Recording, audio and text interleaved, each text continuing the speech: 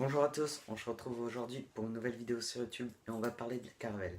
Je me suis grandement inspiré de ce livre pour écrire le texte, ouais, grandement. Je vous laisse deviner de quoi je vais vous parler. Alors ça se voit pas très bien, mais c'est l'histoire de l'aviation. Ou enfin, ouais, l'aviation autrefois, c'est le nom du livre.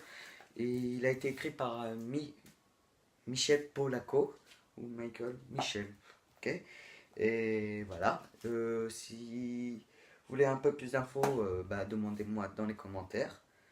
Et restez aussi à la fin de la vidéo car j'aurai une information qui sera quand même importante. Et commençons.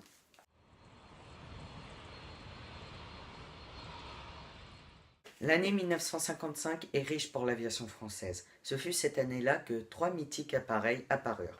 Le Mirage 3, l'Alouette 2, premier hélicoptère à turbine au monde, et la Caravelle. La rapide, la sûre, la douce Caravelle, comme disait le général de Gaulle. Elle fera son premier vol d'essai le 27 mai 1955. Pierre Nadeau et André Moyet aux commandes de l'avion. Ils ont décollé de Toulouse et sont accompagnés pour l'occasion de Roger Bataille, l'ingénieur navigant responsable des tests, qui sera d'ailleurs le futur patron d'Airbus. La Caravelle est très inspirée du Comète britannique, qui est le premier avion de ligne à réaction de l'histoire. La Caravelle s'est opté de deux réacteurs Rolls-Royce qu'avait le Comète et aussi de son cockpit et le fameux nez là à la Caravelle et qu'avait le Comète. Commercialisé en 1959, pouvant atteindre jusqu'à 850 km/h, la Caravelle marque un progrès considérable par rapport aux avions de l'époque. Journalistes et spécialistes des problèmes de transport se sont embarqués sur Caravelle pour son vol inaugural. Portant le nom d'une province française, le moyen courrier à réaction d'Air France met le cap sur la métropole. Aujourd'hui, 2 heures suffisent pour joindre journellement d'un seul coup d'aile Paris à Alger, distant de 1400 km. Dans la cabine insonore, les 60 passagers subissent la séduction d'un vol à 10 000 mètres d'altitude et à 800 km à l'heure.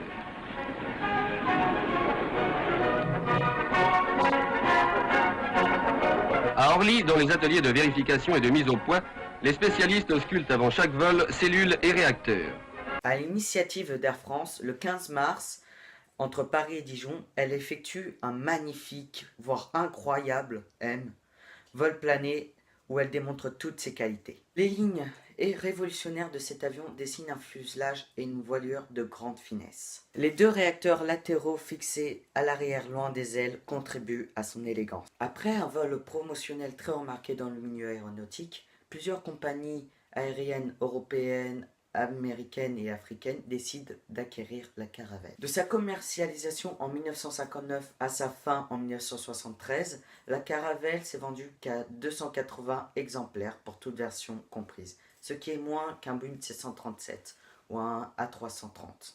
Inspirant à des ingénieurs des projets d'avions supersoniques, dont le premier est nommé Super Caravelle, ce qui plus tard conduira à une alliance entre les Français de Sud Aviation, qui ont créé la Caravelle, et les Anglais de BAC, British Aircraft Corporation, ce qui plus tard conduira à un avion tout aussi mythique, le Concorde, qui lui n'est plus produit car sa production s'est arrêtée en 2003.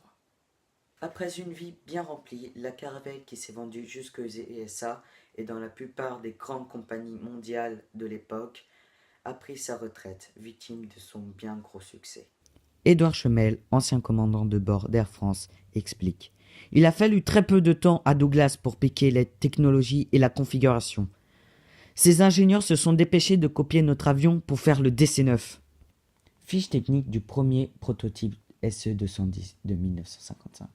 D'une envergure de 34,30 m, d'une longueur totale de 31,50 m, d'une hauteur de 8,69 m, une longueur de cabine de passagers 13,50 m, capacité 70 passagers en version standard, 91 en haute densité, 52 en version luxe, d'une vitesse de croisière à 9600 mètres, 740 km/h et parfois 850, d'un rayon d'action de 4300 km, la Caravelle restera toujours un très bel avion. Une petite anecdote. Roger Moore, le fameux acteur qui joua l'agent 007, fut le 8 millionième passager à monter dans une caravelle d'Air France. Vue de la caravelle, la Terre est magnifique, grâce à ses hublots ovoïdes.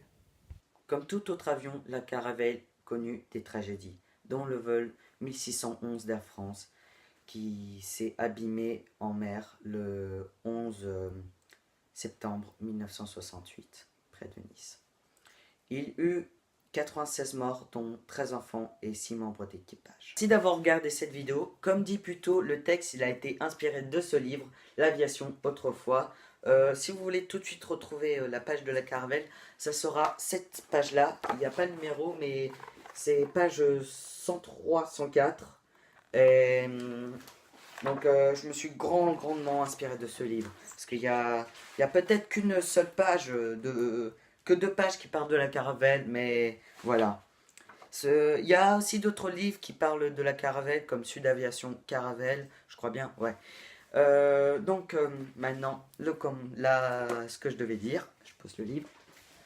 Alors, avec un ami qui a une chaîne aussi, Bonobo TV, on compte faire une vidéo tous les deux qui sera sur cette chaîne, qui sera en 2 parties. Il y aura une vidéo sur 14-18 qui sera sur sa chaîne, une vidéo sur 39-45 qui sera sur la mienne. Parce que je vous laisse deviner pourquoi on va parler de 39-45 dans la mienne. Je vous laisse deviner. Ok, parce que on va parler des missiles, et je veux pas vous spoiler, hein. Non, je vous laisse deviner, surtout que j'ai pas encore écrit le texte avec mon ami. Donc la prochaine vidéo parlera de la fusée lunaire du programme soviétique, la N1, ou plutôt comme j'aime l'appeler, la fusée qui explose. Parce que vous verrez l'épisode. Mais je voudrais aussi dire merci à des personnes. Merci à ma mère. Merci à quelqu'un que je crois pas que je peux citer le nom, mais merci beaucoup à toi aussi. Merci à toi et à ma mère. Merci beaucoup. Merci aux gens que ma mère a fait connaître. Merci aussi pour le nombre d'abonnés, même si on est 9, c'est mieux que rien. Merci au nombre de vues de mes dernières vidéos, merci beaucoup. C'est grâce à ma mère et aussi grâce aux gens qui regardent.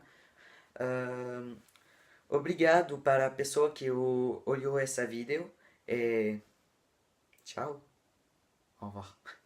N'hésitez pas à vous abonner si vous avez aimé, si vous aimez le spatial, et n'hésitez pas à mettre un pouce vers le haut si vous avez aimé. Au revoir.